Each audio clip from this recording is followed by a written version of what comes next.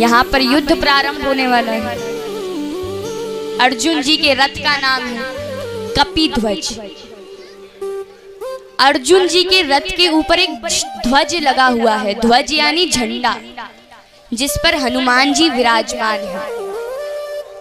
इसकी एक कथा आती है। कथा आती है कि एक बार कदली वन में हनुमान जी बैठकर तपस्या कर रहे थे। अर्जुन जी आ जाते हैं फूल तोड़ने के लिए। हनुमान जी कहते हैं, कौन हो आप, फूल क्यों चुरा रहे हो?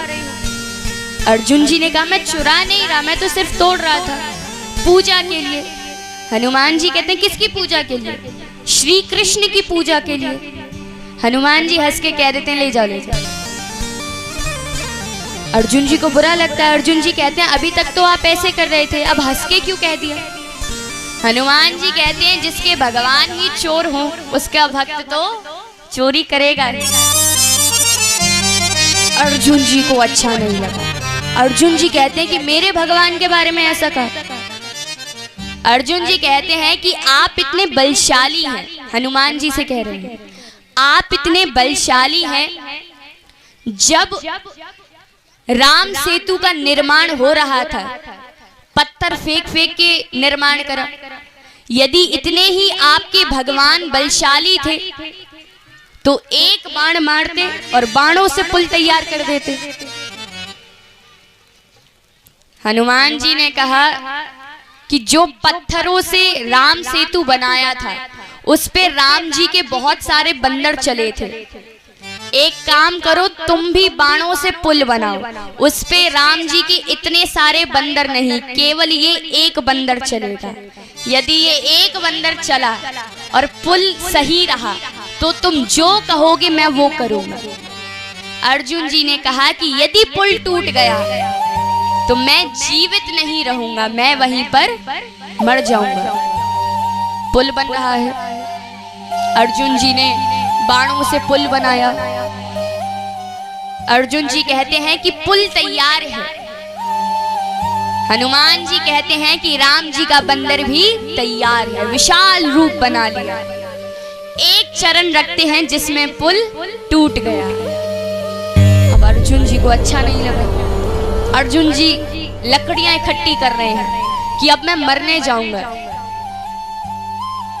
हनुमान जी कहते हैं, देखो मरो मत, ये बात केवल तुम्हारे और हमारे बीच में थी, किसी तीसरे को नहीं पता। हनुमान जी कहते हैं, मरो मरो मत, ये बात केवल तुम्हारे और हमारे बीच में थी। अर्जुन जी कहते हैं, नहीं, मैंने जो बोला था करूंगा। इतने में ही भगवान एक ब्राह्मण का रूप बनाकर आ जाते हैं। भगवान कहते हैं कि अरे बालक क्या कर रहे हो?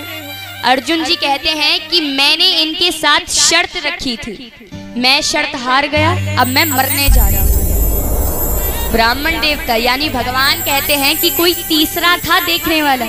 नहीं। मान लीजिए दो लोग खेल खेल रहे हैं तो एक तीसरा भी होना चाहिए देखने के लिए कौन जीता कौन हारा।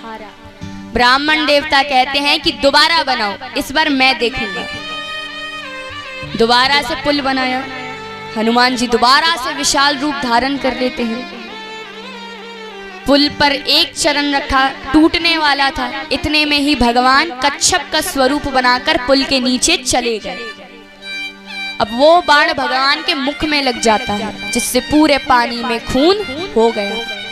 अब दोनों चिंतित हैं कि पानी में खून कहां से आ गया। नीचे जाके देखा भगवान है। भगवान असली स्वरूप में आए। अब हनुमान जी पुल पर से चढ़ते हैं किंतु पुल नहीं टूटा। अब कौन हारे हैं? कौन? हनुमान जी।